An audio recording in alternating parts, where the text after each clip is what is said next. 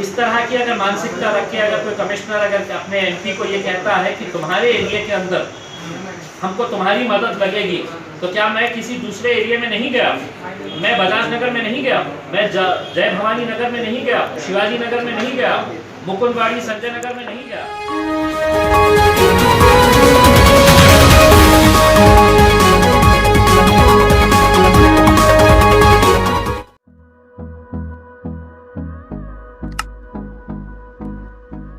बात सामने आई है कि औरंगाबाद में जो केसेस बढ़े हैं, अब उसके ऊपर अब हाई कोर्ट भी दखल लिया है। हाई कोर्ट ने भी सुओ मोटो अपना लेते हुए हाई कोर्ट के भी ऑब्जर्वेशंस आए हैं।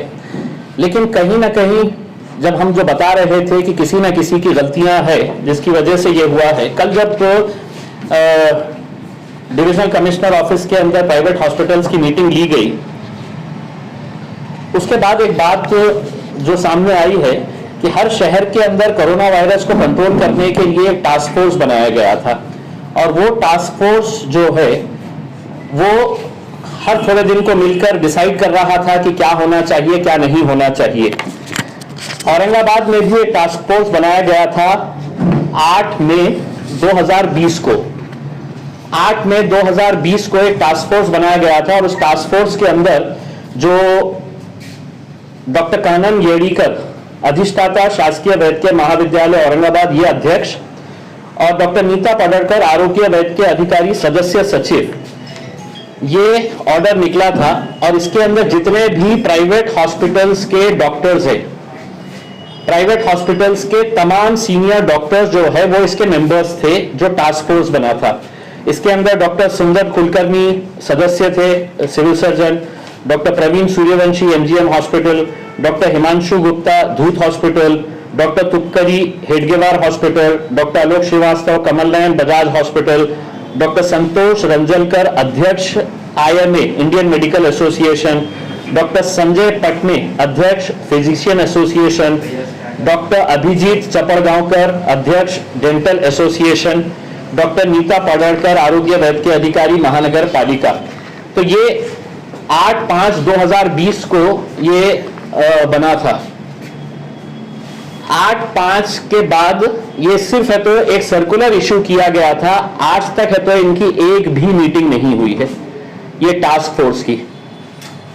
यानी कि सिर्फ पेपर कागजी खाना पूर्ति बना दिया गया कि एक टास्क फोर्स हमने बनाया है, और उसके बाद कोई भी इनके साथ ना तो कोऑर्डिनेशन हुआ है। जैसा कल उस मीटिंग के दौरान एक बात समझ में आई कि कोरोना को महात्मा ज्योतिबा फुले के साथ जोड़ना है। क्यों? क्योंकि मालूम था कि मतलब बाकी के कहीं पर भी कोई इलाज नहीं हो रहे हैं, बाकी आपके जो नौवत बीमारियां हैं जिसको आपने महात्मा ज्योतिबा फुले के अंदर लाए हैं, उसका कहीं कोई ट्रीटमेंट ही नहीं हो रहा था। जितने पेशेंट्स आ रहे सब कोरोना के आ रहे थे। तो ऐसे सूरत के अंदर कोरोना को नहीं लेके आना।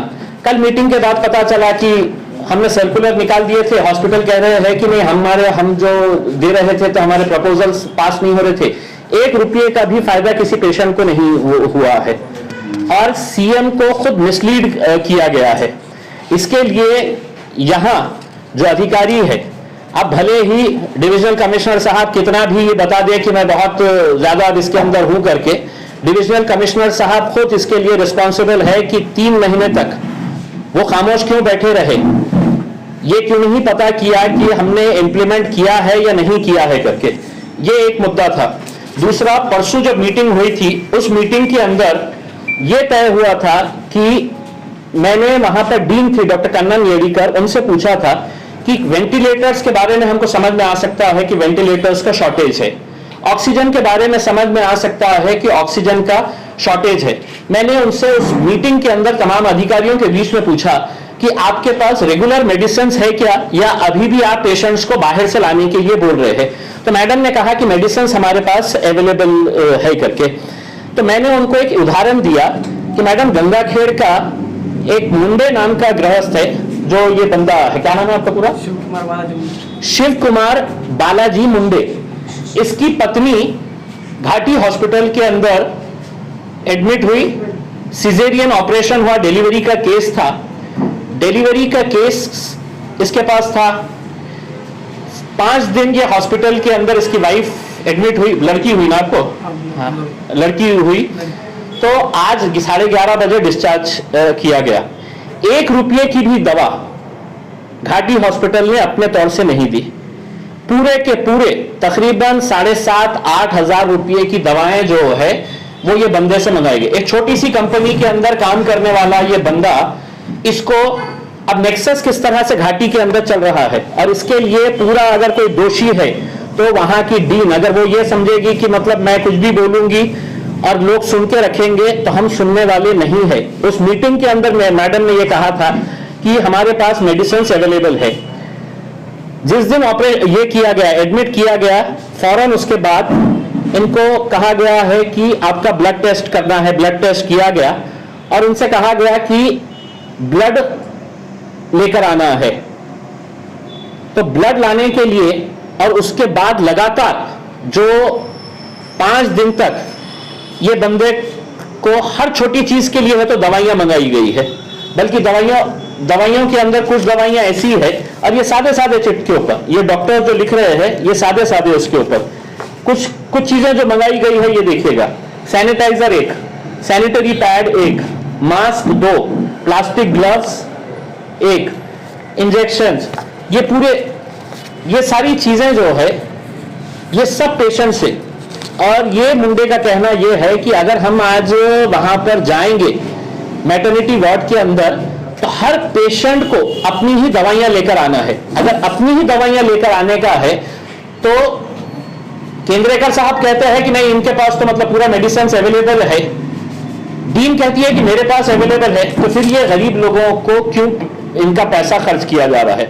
अब वहां पे नेक्सस किस तरह से चलता है कि ब्लड बैंक का जैसे ही एडमिट हुआ वहां पर एजेंट आया, एजेंट आके इनको लेके गया ब्लड लाने के लिए, और उसी रात को 2900 रुपये के 2 पैकेज ब्लड के तो इनको प्रोवाइड किए गए।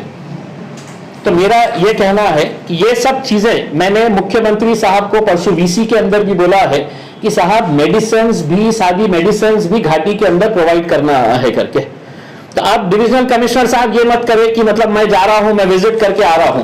ये जो गोरख धंधे आपकी नाक के नीचे चल रहे हैं इसको बंद कराइए, वरना हम ये समझेंगे कि इस लूट के अंदर ये अधिकारी लोग भी शामिल है जिनको बताने के ऊपर भी ये खामोश बैठे हुए हैं। और एक मजहब का नहीं है। इस तरह की अगर मानसिकता रख के अगर कोई कमिश्नर अगर अपने एमपी को ये कहता है कि तुम्हारे एरिया के अंदर हमको तुम्हारी मदद लगेगी, तो क्या मैं किसी दूसरे एरिया में नहीं गया? मैं बगान नगर में नहीं गया, मैं जय भवानी नगर में नहीं गया, शिवाजी नगर में नहीं गया, मुकुंदवाड़ी संजय नगर में नहीं गया। लेकिन ये इस तरह की बात करना मेरे हिसाब से मैं कहीं निंदा करता हूँ इस तरह के स्टेटमेंट्स की। के पक्ष के अंदर कितने लोग हैं कितने नहीं है, इसके बारे में अभी जो इमीडिएट जो स्टेप्स हमने लिए हैं, अगर उसके अंदर अगर कुछ और बातें निकलकर सामने आती है तो दोबारा बैठेंगे और उसके ऊपर चर्चा करेंगे। लेकिन मैं नहीं समझता हूँ कि lockdown is now the solution. 3 महीने हो गए हैं, हमने लॉकडाउन सब करके देख लिए है। अब ये अपनी गलती छुपाने के लिए फिर जनता को है तो किस तरह से हम लोग है तो एक मरतबा अंदर खैच करे करके, ये कहीं ना कहीं इनके एडमिनिस्ट्रेशन के लैप्सेस थे जिसकी वजह से लोगों को खामियाजा भुगतना पड़ा है।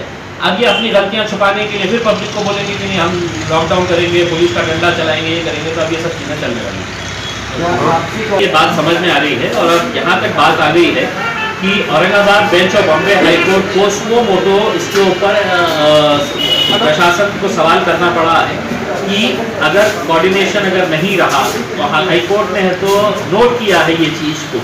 तो जो बात मैं आप कह रहे थे वो हाईकोर्ट भी अगर नोट कर रहा है तो बहुत ही एक दुर्भाग्यपूर्ण बात है कि यहाँ पर इस तरह की situation, lack of coordination between officer and lack of coordination, जो एक समन्वय होना चाहिए अधिकारियों और लोक प्रतिनिधियों के बीच में। लोक प्रतिनिधियों को तो यहाँ के अधिकारियों ने बोले कि नहीं इनकी तो कोई लायक ही नहीं है, हम जो बोल रहे हैं बस वही फाइनल है।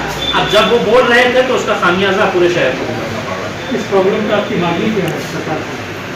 देखें अभी थोड़े दिन तक इनको और मौका देंगे क्या एक्शन लेते हैं करके, और अगर इसके अंदर कुछ बदलाव नहीं आता है तो फिर सभी राजनीतिक पार्टियों के, देखिए पहली मरतबा ऐसा हुआ है कि हमने ये नहीं देखा है कि एमआईएम के साथ शिवसेना के आमदार बैठ रहा है या बीजेपी के आमदार बैठ रहा है या एनसीपी के आमदार बैठ रहा है, हम सभी लोग एक साथ मिलकर आए, क्योंकि सभी को इस बात की चिंता सता रही थी कि अब बहुत हो गया है, पानी सर के ऊपर से निकल गया है, अब हमको सबको है तो मैदान के अंदर उतरना पड़ेगा। अगर हम पहले उतरते तो ये अधिकारी हमारे ऊपर ढकेल दिए होते और ये कहे होते कि ये नहीं तो ये लोक प्रतिनिधियों की वजह से है तो ये हालत हुई है करके। तो हमने आपको खुली छूट दी है।